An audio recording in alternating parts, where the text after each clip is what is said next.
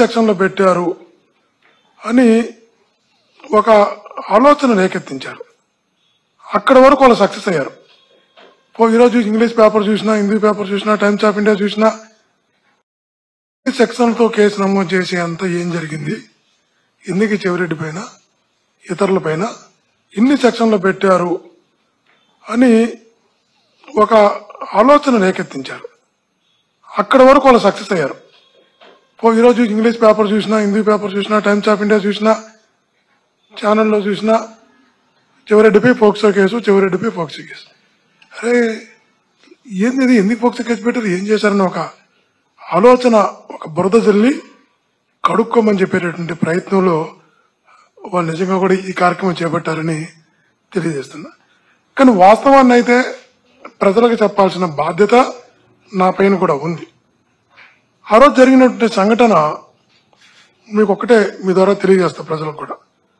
ఆ రోజు సాయంత్రం 6:30 కాడ అనుకుంటా, 7 గంటల కాడ, ఐ థింక్ 7 o'clock కాడ, 6:30-7 మధ్యలో వాళ్ళ ఫాదర్ ఫోన్ చేశారు. ఇట్లా నా బిడ్డకి ఇలా జరిగింది, నా బిడ్డ ఇలా ఎల్లమంది ఆసుపత్రిలో ఉంది అని తను చెప్పినప్పుడు ఎక్కడో 80 కిలోమీటర్లు ఉన్న ప్రాంతానికి, తలకోన దగ్గరది ఉన్న ప్రాంతానికి హుటాహుటిన 7 గంటలకంత 7:15 బయలుదేరి అడావుడిగా వెళితే ఆ బిడ్డకు వైద్యం ఇవ్వాల్సిన రూమ్ లో డాక్టర్లను బయట పెట్టి పోలీస్ సిబ్బంది విచారిస్తున్నారు. నేను ఆ రోజు అడిగా, డాక్టర్లు నర్సులు ఉండాల్సిన దగ్గర మీరెందుకున్నారు, ఆ బిడ్డకు అందించాల్సిన వైద్యం కదా, ఏం చేస్తున్నారు మీరని గట్టిగా మాట్లాడడం జరిగింది. ఆ తర్వాత వాళ్ళ నర్సులు కూడా రావడం జరిగింది. అందరం కూడా బయటకు వచ్చేయడం జరిగింది. బయటకు వచ్చిన తర్వాత వాళ్ళ ఫాదరు చాలా కోపంగా ఉన్నాడు. అది ఎవరికైనా, మీకైనా నాకైనా ఉండే కోపమే. తన బిడ్డ పైన ఒకటి సంఘటన జరిగినప్పుడు ప్రతి తండ్రి కూడా ఆవేశం తట్టుకోలేడు. ఆ తట్టుకోకుండా బయటకు వచ్చిన తర్వాత తన మాట్లాడిన మాటలు కూడా ఒకసారి మీరు వినండి. ఇట్స్ ఆన్ బిడ్డ, మీరంతా వినాలి కూడా, ప్రజలకు కూడా తెలియాలి.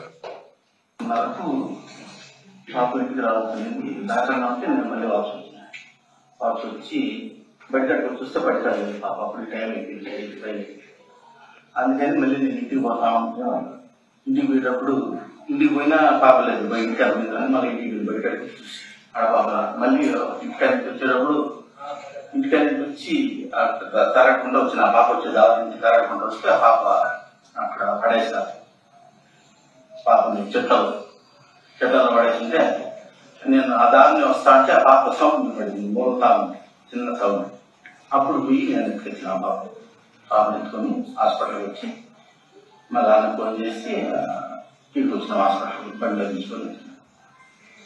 ఎవరు అనేది తెలియలేదు సార్. పాప కూడా గుర్తుపట్టలేదు.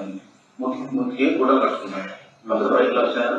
పాపను పట్టుకుని మాత్రం గుర్తుందంట. ఆ పాపకి ఏదో తాకినారు, మళ్ళీ ఏం గుర్తులేదు.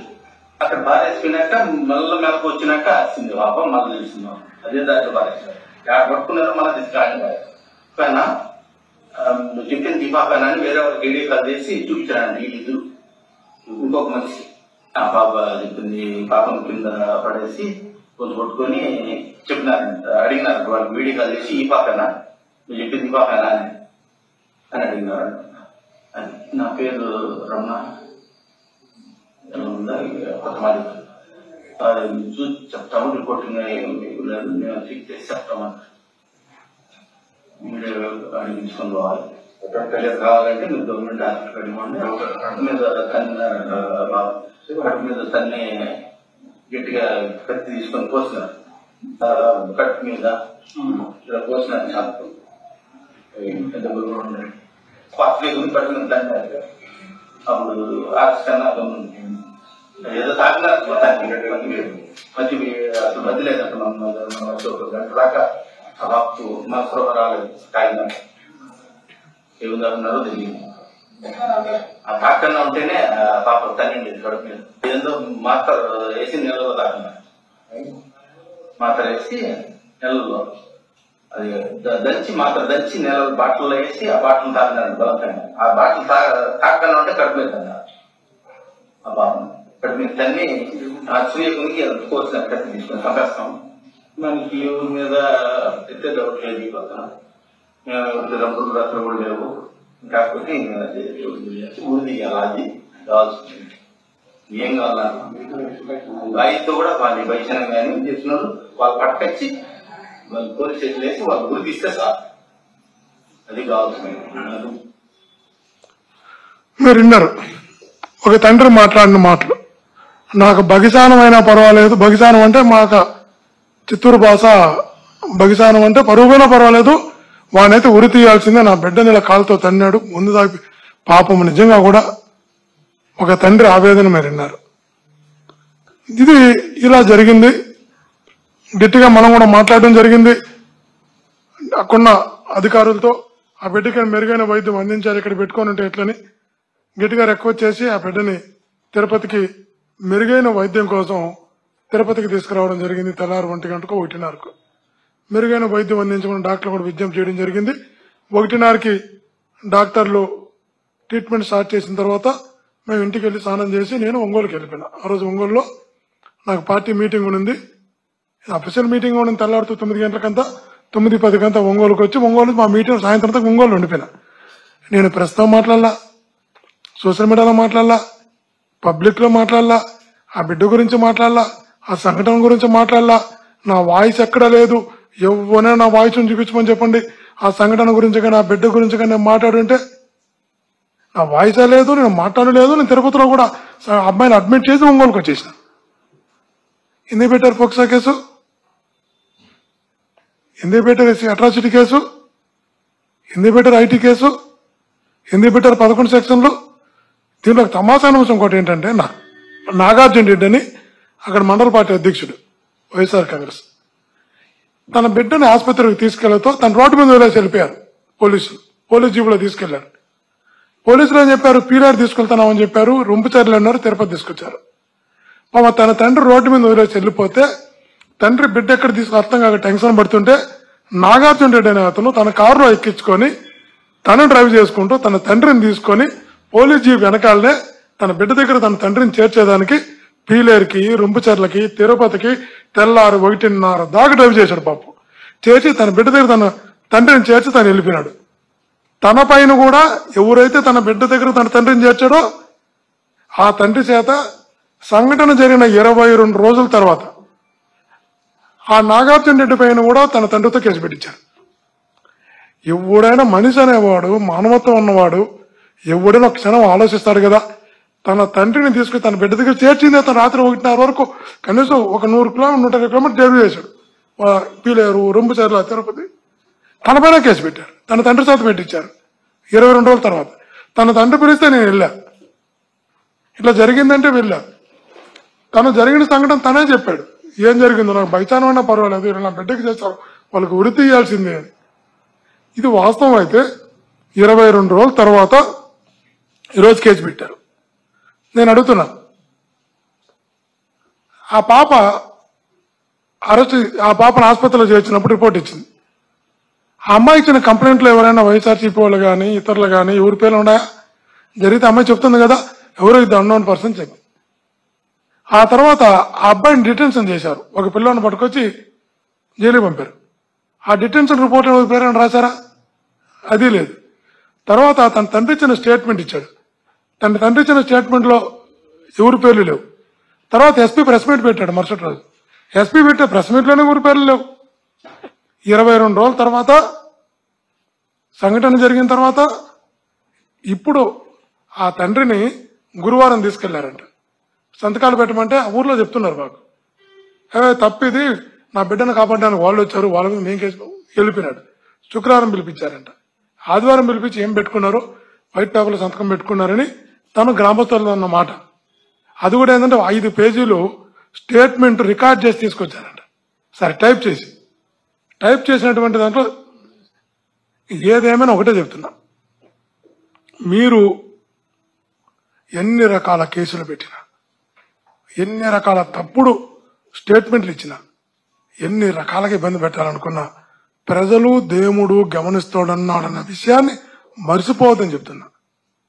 ఒకటి మటుకు నిజం, మాకు మనసా వాచా కర్మన బిడ్డకి న్యాయం జరగాలని ఆ రోజు కోరుకుంటున్నాం, ఈ రోజు కోరుకుంటున్నాం. ఇద్దరు వ్యక్తులు ఉన్నారని పోలీస్ రిపోర్ట్లు రాశారు. ఇక్కడ పోలీస్ రిపోర్ట్లు ఉంది. ఇద్దరు వ్యక్తుల, ఒక వ్యక్తిని జైల్లో పెట్టారు, ఇంకొక వ్యక్తి ఎక్కడ అని అడుగుతున్నా. తర్వాత ఆ రోజు ప్రచారంలో ఇలా జరిగింది కాబట్టి ఇలా చేశామంటున్నారు. సరే, మాతో పాటు అన్ని ఛానళ్ళు కూడా ప్రచారం చేసినాయి. ఎవరి మీద కేసు పెడుతున్నారు, ఏ ఛానల్ మీద కేసు పెడుతున్నారు? ఈనాళ్ళు అయితే కొంచెం అడుగు ముందుకేసి ఈనాళ్ళు ఏం చెప్పారంటే పాడతాను బాలికపై అత్యాచారం అని రాశారు. మేమైతే స్టేట్మెంటే ఇవ్వాల. ఈనాళ్ళలో స్థానిక మదిపల్లి చెందిన విద్యార్థి స్థానం జిల్లా పరిషత్ 10వ తరగతి సోమవారం సాయంత్రం వదిలి వెళ్ళంటే నడుచుకుంటూ వస్తున్న ముసుగు ధరించి ఉన్న వ్యక్తులు అటకాయించారు. బాలిక ప్రతిఘటించగా చంపేస్తాను బెదిరించి ఆమె పొదల్లోకి తీసుకెళ్లారు. మత్తుమంది ఇచ్చి అత్యాచారం చేసినట్లు ఈనాడులో రాశారు. ఇప్పుడు ఈనాడు మీద కూడా కేసు పెడతారా? పోక్సో యాక్ట్ చాలా ఛానల్ రాసినాయి, అన్ని ఛానల్ రాసినాయి. ఆ ఛానల్ పైన పెడతారా? ఆంధ్రప్రభలో రాశారు బాలికపై లైంగిక దాడి అని. ఆంధ్రప్రభ మీద కేసు పెడతారా? ఆలోచించాలా. అక్కడ మనం గుర్తుంచుకోండి, మనసా వాచా కర్మన ఆ బిడ్డకు మంచి జరగాలని కోరుకున్నాం, న్యాయం జరగాలని కోరుకున్నాం. ఆ బిడ్డకు మంచి జరగడం కోసం ఆసుపత్రికి తీసుకెళ్లి చేర్చాం. ఆ బిడ్డకి మంచి వైద్యం అందించే ప్రయత్నం చేశాం.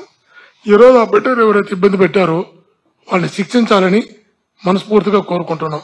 మేము ఏ తప్పు చేయలేదు కాబట్టి మాకు అందులో పాప బీతింది. నాకైతే కర్మ సిద్ధాంతం నమ్మేటటువంటి వాళ్ళని తప్పు చేయను, తప్పు చేసే ప్రయత్నం కూడా చేయను. కాబట్టి మాకు నేచర్ గాడ్ సపోర్ట్ ఉంటాడు.